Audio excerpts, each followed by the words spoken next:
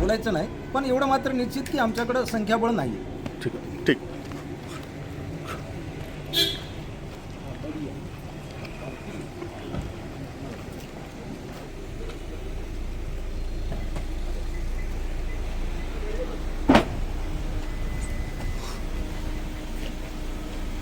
परिसरात आलेला आहे, विधान परिषदेची निवडणूक चालू आहे, काय पुढची भूमिका?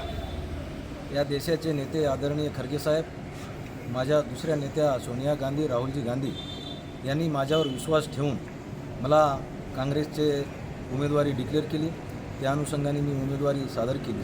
एका मागासवर्गीय माणसाला विधान परिषदेचं तिकीट देणं हे फार महत्त्वाचं आहे आणि माझ्यासाठी ते गौरवाची बाब आहे. परंतु हे सगळं जाडजोड करत असताना महाविकास आघाडीकडे जनसंख्या कमी आहे आणि जनसंख्यावर म्हणजेच नगरसेवकावरच ही निवडणूक अवलंबून आहे आणि नगरसेवकाची संख्या कमी पडते.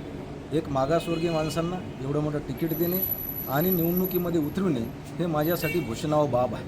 परंतु हे असं तोंडी बोलून किंवा लेखी बोलून चालत नाही. या गोष्टीला सगळं सामदाम दंड लागते आणि ते आमच्याकडं सध्या संख्याबळ पुरेशी नसल्याकारणाने आपण हे निवडणूक जिंकू शकत नाही अशी माझी धारणा झालेली आहे. मी जर फॉर्म भरला नसता तर महाविकास आघाडीकडे कोणी निवडणूक बिनविरोध झाली असती.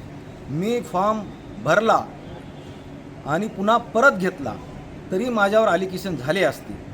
ह्या तिन्ही बाबतीत किंवा महाविकास आघाडीनं फॉर्मच भरला नसता तरी महाविकास आघाडीचा अपमान झाला असता. या सगळ्या गोष्टीचा सारासार करता निवडणूक ही आर्थिकदृष्ट्या आहे आणि मी मागासवर्गीय माणूस आहे, तरी पण मी निवडणूक लढवायला तयार होतो. पण संख्याबळ पुरेशी नसल्याकारणाने मी माझा उमेदवारी मागं घेत आहे. तरी सर्व माझ्यावर प्रेम करणारे काँग्रेस मंडळी आणि इतर घटक पक्षाच्या मंडळींना विनंती आहे की काही नाराज होऊ नका. मी तुमच्या सेवेत आहे, सदैव सेवा करत राहील आणि पुढे राहील. काँग्रेसचा मी आभारी आहे आणि संलग्न दोन्ही आमदार, एक सेनेचे आमदार, माझे काँग्रेसचे आमदार आदरणीय मांगुळकर साहेब, शिवसेनेचे खासदार देशमुख साहेब आणि आमच्या जिल्ह्यातल्या सर्व नेत्यांचे मी आभार मानतो. काल मी सर्व नेत्याला, मोघे साहेबाला, ठाकरे साहेबांना, मांगुळकर साहेबांना, मानकर साहेबांना आणि आम्ही जिल्हाध्यक्षांना यांना भेटलो.